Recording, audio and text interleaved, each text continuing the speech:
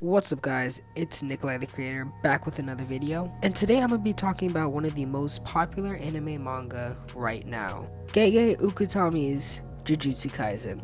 The story of Jujutsu Kaisen is set in a world where cursed spirits feed on humans. Our main character, Yuji Itadori, eats the most powerful cursed spirit's finger, becoming a Jujutsu sorcerer, which are people who protect the existence of the living from the supernatural. That was just a short little synopsis, but the reason I made this video is for one of the characters in this Jujutsu world, Maki Zenin. Maki is currently a second year at Tokyo Jujutsu High. As her last name suggests, she is from the Zenin family, which is one of the big three sorcerer families. She left the family on her own accord because they rejected her for her lack of cursed energy. But even though she doesn't have any cursed energy, her physical strength is on par with Yuji Itadori's, and she uses weapons called cursed tools, which are weapons embedded with cursed energy, allowing her to keep up with her peers and sister Mai, which we will get back to at the end. Maki is a very straightforward and blunt person, and extremely strong-willed. These traits likely stem from the fact that she's been mistreated and put down for being a woman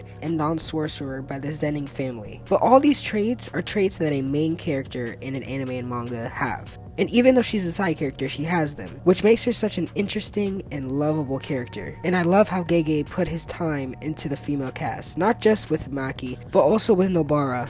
Let's take a look at some of her most notable fights. During the 30th annual Kyoto Sister School Goodwill event, Maki's first battle was with Miwa. The animation in the anime was amazing throughout the show and especially in this fight. And to put this fight simply, Maki claps Miwa. Her next fight in the Goodwill event was against her sister, more specifically her twin sister, Mai.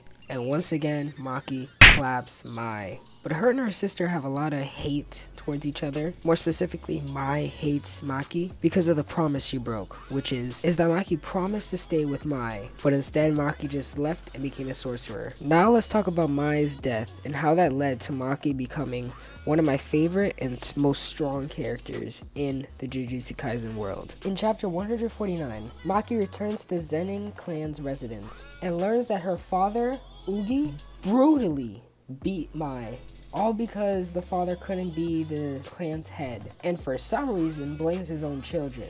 But nonetheless, after hearing this news, Maki couldn't control herself and went to fight her father, but gets clapped. Then this disgrace of a father. He is definitely going down as one of the worst fathers in anime. He is sitting at this table. He drags them both into a room with a bunch of cursed spirits inside, so that he doesn't have to kill them, and the cursed spirits will. And as soon as he leaves, Maki checks if Mai is alive, and she is. Then we cut to this dreamlike state, and they're both on a beach. We have an emotional interaction, and Mai says she's gonna die, and for Maki to continue doing great stuff. Maki obviously refuses, and then wakes up with a sword in her hand and Mai's corpse behind her. After sort of regaining her senses, she realizes the promise she made, and literally slices her dad's head off, killing him instantly. When I saw these couple of panels, I was in shock. It was so unexpected coming from Maki. But before I continue, I'm going to explain exactly why she became so strong in a span of a couple minutes. So let's get into a bit of mythology facts. Twins in mythology.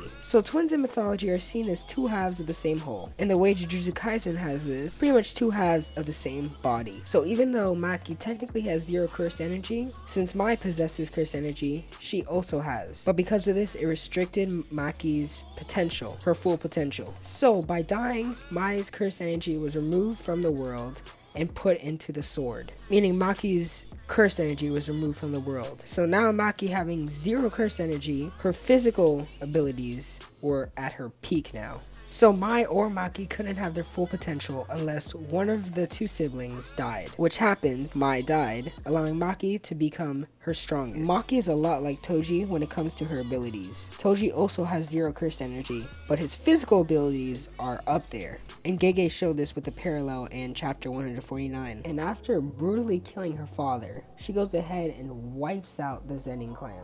Everyone in that residence dead, including her mother. And after these couple of chapters, I fell in love with Maki's character. I love the development she has gone through. And now because of this development, they have another strong person for the Culling Games, which is the upcoming arc in Jujutsu Kaisen. She's honestly one of my favorite characters in the whole entire series right now, and I really hope we continue seeing great things from her. If you guys have any more characters you want me to do an analysis on, whether it's in Jujutsu Kaisen or in any other anime or manga, let me know in the comments below. And that's going to put an end to the video. Make sure you guys like, comment, and subscribe, and I'm out.